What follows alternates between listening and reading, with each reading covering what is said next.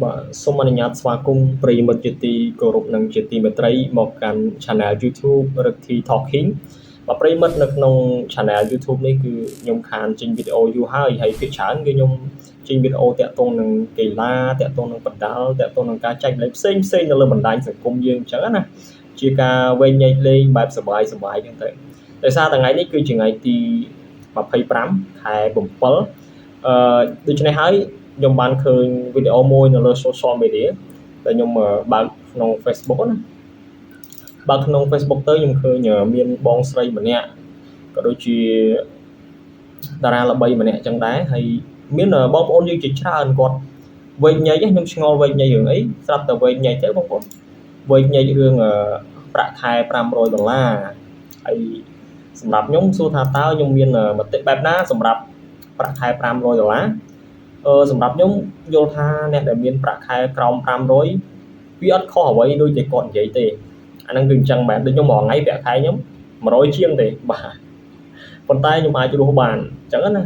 ហើយយើងមានន័យថាមានការផ្គត់ផ្គង់ជួយខ្លះដែរពីគ្រួសារពីអីអញ្ចឹងទៅយើងអាចរស់បានហើយសួរថាខ្ញុំមានគ្រួសារទេខ្ញុំអត់ទាន់មានគ្រួសារទេមានន័យថាអត់ទាន់មានប្រពន្ធទេអញ្ចឹងណាអញ្ចឹងប្រាក់ខែខ្ញុំ100 200ឬក៏300ពិបាកមែនតើបងប្អូនពិបាកមែនតើដូចគាត់និយាយហ្នឹងគាត់ថាប្រាក់ខែ500ឡើងអានេះគ្រាន់តែជាគំនិតរបស់មនុស្សម្នាក់តើបងប្អូនក្នុងសង្គមខ្មែរយើងភាគច្រើនត្រូវជន់ត្រូវរិះគន់ត្រូវយកមកលេងសើចប៉ុន្តែជាក់ស្ដែងអ្វីដែលគាត់និយាយហ្នឹងខ្ញុំគ្រប់គ្រងថាមនុស្សប្រុសគួរតែមានប្រាក់ខែ500ឡើងបងប្អូនណាមានប្រាក់ខែ500ឡើងចាំមានគ្រួសារនៅតំបន់ដែលខ្ញុំរស់នៅនេះមានគ្រួសារខ្លះគាត់មានន័យថាប្តីហើយប្រពន្ធហ្នឹងគាត់ធ្វើការដូចគ្នាអញ្ចឹងប្រាក់ខែគាត់250 300អញ្ចឹងណាបូកចូលគ្នាមានន័យថាមួយខែគាត់អាចរកបាន600 500ឬក៏600អញ្ចឹងទៅប៉ុន្តែអ្វីដែលយើងមើលវីដេអូដែលបងស្រីម្នាក់គាត់និយាយហ្នឹងគាត់ថាមនុស្សផងបើសិនជាមានប្រាក់ខែត្រឹមក្រោម500ឬក៏500អីវាអាចថាតិចបងប្អូនតិចហ្នឹងប្រហែលជាគាត់ចង់សម្ដៅលើអ្នកដែលគាត់មានស្វាមីមានប្តីហើយអាចថារំពឹងលើការចាយលុយរបស់គ្រួសារដែលរកបានពីស្វាមីអញ្ចឹងជាទីបង្អែកមួយអញ្ចឹងពេលខ្លះខ្ញុំឃើញមានមិត្តភក្តិខ្ញុំមួយក្រុមដែរគាត់មានមិត្តភក្តិដែលរៀនជាមួយគ្នាហ្នឹងមានមិត្តភក្តិខ្ញុំម្នាក់គាត់រកលុយបានមួយខែរាប់ពាន់ដុល្លារគាត់មានឡានមានផ្ទះអញ្ចឹងតែប៉ុន្តែគាត់អត់ទាន់មានគ្រួសារទេហើយម្នាក់ទៀតគាត់អត់ទាន់មានគ្រួសារដែរប៉ុន្តែមួយខែគាត់រកបាន$500ហើយដូចខ្ញុំអីខ្ញុំអត់បាន500ទេខ្ញុំបានត្រឹមតែ200ជាង300ជាងអីទេប៉ុន្តែសម្រាប់មតិរៀងខ្លួនសម្រាប់ខ្ញុំគឺខ្ញុំ support ខ្ញុំគ្រប់គ្រងទៅលើសម្ដីមួយដែលថា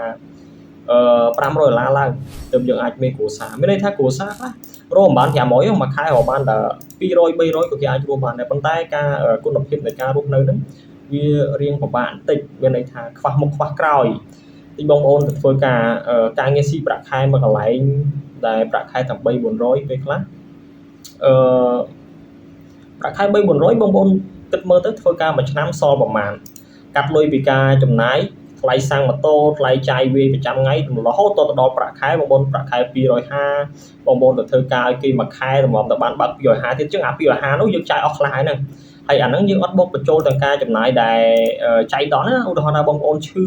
បងប្អូនម៉ូតូខូចឬក៏មានបញ្ហាមួយជំងឺធ្ងន់ធ្ងរត្រូវបង់ត្រូវចំណាយអីផ្សេង250នេះវេទនាយកតែមែនតែនបាទ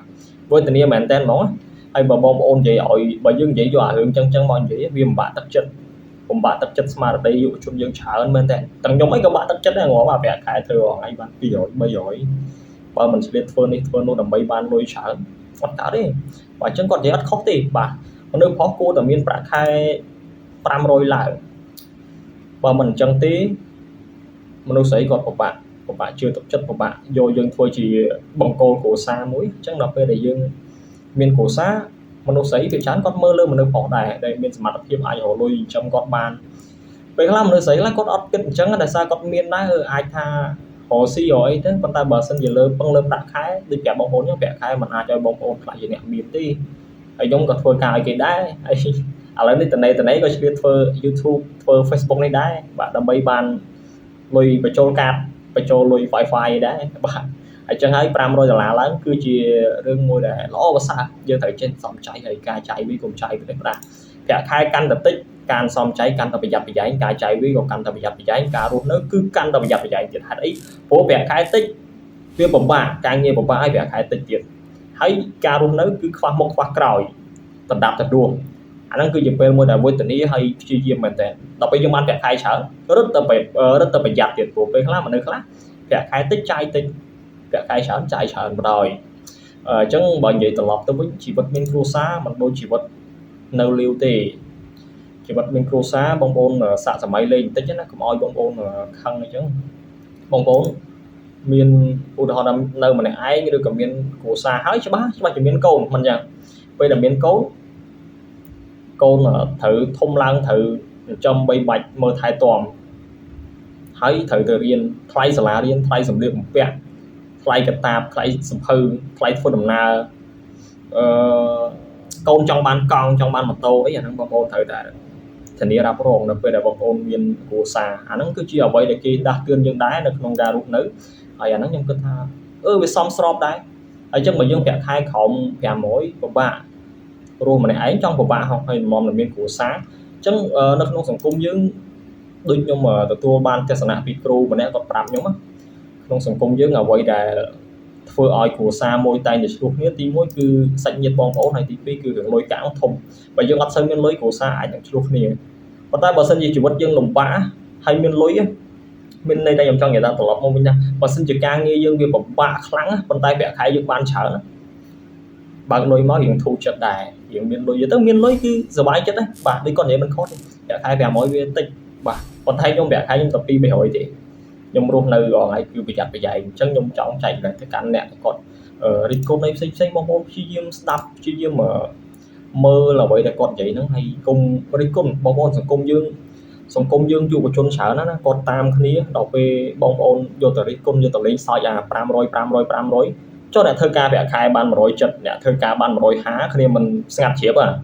ដូចគាត់និយាយថាប្រាក់ខែ500ចំកូនណាក៏មករស់ដែរខ្ញុំប្រាក់ខែ250ខ្ញុំលេងហ៊ាននិយាយបដ ாய் ខ្ញុំស្ងាត់ជ្រាបបដ ாய் អញ្ចឹងប្រាក់ខែប៉ុណ្ណាក៏ដោយពីមួយដំណាក់កាលទៅមួយដំណាក់កាលមនុស្សត្រូវការអភិវឌ្ឍត្រូវការប្រាក់ខែ150ព្យាយាមរៀនសូត្រចំណេះជំនាញអីដើម្បីចាប់ទៅរកប្រាក់ខែ200រៀនរហូតដល់ចាប់យកប្រាក់ខែ400នេះខ្ញុំនិយាយថាមានមិត្តភក្តិខ្ញុំម្នាក់គាត់ប្រាក់ខែ150ប្រាក់ខែ150គាត់រៀនគាត់រៀនគាត់ធ្វើការគាត់សំលុយសំមួយឆ្នាំទៅបាន300-400ឬក៏500 2-3ឆ្នាំបាន500-1000អញ្ចឹងគាត់ទៅកន្លែងមួយដែលគេបរៀនជួសជុលរថយន្តបរៀនជួសជុលម៉ាស៊ីនត្រជាក់ទៅគាត់ឲ្យគេដូចជា$500ឬក៏$1000ទៅគាត់នៅរៀនពីគេហើយគេឲ្យបាយទឹកអញ្ចឹងទៅដល់ពេលគាត់រៀនបាន4-5ឆ្នាំទៀតគាត់ចេះចំណេះជំនាញគាត់បានប្រាក់ខែគាត់ដើរធ្វើតាមផ្ទះបានលុយអញ្ចឹងមួយខែគាត់រកបានចន្លោះ1000ទៅ1000ជាងមែនទេណាគាត់ស៊ីប្រាក់ខែផងចេញពីម៉ោងការងារគេទេគាត់ទៅដោះដូរធ្វើម៉ាស៊ីនជែកតិចតួចធ្វើឡានអីតិចតួចគាត់បានលុយទៀតហើយពេលខ្លះទៅមើលឡានទៅមើលអីឲ្យគេលក់ទៅបានលុយគេឲ្យ$300-400ទៀតអាហ្នឹងគឺហ្នឹងឯជីវិតវាមានតែអញ្ចឹងត្រូវការប្រើពេលវេលាប៉ុន្តែអាការនិយាយទាំងអស់ហ្នឹងវាច្រើនប៉ះពាល់អារម្មណ៍គេសំបីខ្ញុំក៏ប៉ះពាល់ដែរប៉ុន្តែយើងគិតពិចារណាទៅគាត់និយាយមិនខុសទេពួកគាត់នេះរកលុយបានច្រើនត្រឡប់មកមើលលុយ$500-1000តិចអញ្ចឹងណាប៉ុន្តែបើពួកខ្ញុំអ្នកធ្វើការពេលខ្លះ$500អូយច្រើនបងប្អូនបើកពេលខ្លះបើកបានតែ250ទេប៉ុន្តែដល់ពេលខែខ្លះបើកបានដល់350ខ្ញុំមានអារម្មណ៍ថាអូ surprise វាច្រើនដែរបាទអញ្ចឹងចំពោះខ្ញុំគាត់និយាយមិនខុសទេបាទហើយសម្រាប់មនុស្សគ្រប់គ្នាមានគំនិតមតិយោបល់ផ្សេងគ្នាលុយតិចលុយច្រើនយើងប្រយ័ត្នប្រយែងមនុស្សតែមើលងាយលុយហើយប្រាក់ខែ$1លានដល់ក៏មិនប្រកាសថារស់នៅស្រួលដែរព្រោះខ្ញុំធ្លាប់អត់ពិសោធន៍ខ្ញុំតាក់ទងរឿងលុយខ្ញុំធ្លាប់មានលុយច្រើនប៉ុន្តែមកប្រព្រឹត្តនេះអាលុយទាំងអស់នោះវាអស់ទៅធ្វើឲ្យខ្ញុំឈឺក្បាលខ្ញុំគិតលេងចេញខ្ញុំមានអារម្មណ៍ថាចុះ$100ពិបាករកមែនពីមុនមកមានលុយច្រើនណាចាយមួយផ្លែតែឥឡូវពិបាករកអញ្ចឹងដោយសារតែយើងមើលងាយលុយហើយខ្ញុំមានមនុស្សម្នាក់ដែលខ្ញុំស្គាល់ហើយប្រាក់ខែគាត់1000ជាងប៉ុន្តែគុំច្រឡំ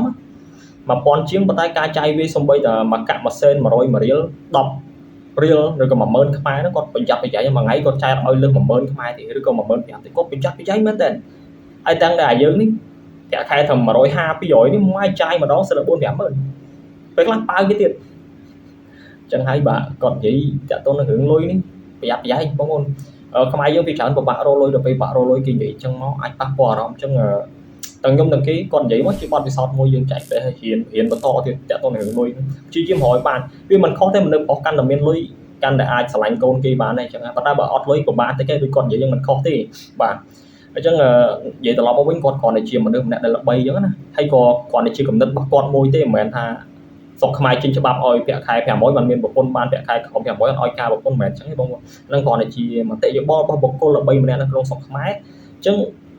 ចំពោះអ្នកដែលគាត់គ្រប់គ្រងអ្នកដែលគាត់ឃើញគិតយ៉ាងណាវាស្ថិតលើខ្លួនឯងបាទអញ្ចឹងសម្រាប់ខ្ញុំគឺមានតែប៉ុណ្្នឹងហើយវាជាគំនិតរបស់ខ្ញុំទេបាទខ្ញុំអត់ទាន់មានសមត្ថភាពរកលុយបាន$500ទេប៉ុន្តែក៏អរគុណដល់គាត់ដែលគាត់ចែកម្លែកអញ្ចឹងទៅខ្ញុំនឹងខ្ញុំខំប្រឹងបន្តទៀតបាទអញ្ចឹងអរគុណបងប្អូនហើយចុងក្រោយសូមអធិស្ឋានផងបើសិនជាការចែកម្លែកឬក៏និយាយទៅមានផលប៉ះពាល់អីចឹងណាបងប្អូនបាទសូមអរគុណចំពោះការទស្សនាជួបគ្នានៅវីដេអូក្រោយបាទហើយខ្ញុំនិយាយពីបាល់ទាត់ហើយនឹងនិយាយពីបណ្ដាលនៅក្នុងវីដេអូនេះហើយក៏និយាយពីរឿងរ៉ាវផ្សេងៗចែកម្លែកបងប្អូនជាការកំសាន្តផងដែរអរគុណចំពោះការទស្សនាជួបគ្នានៅវីដេអូបន្តបាទ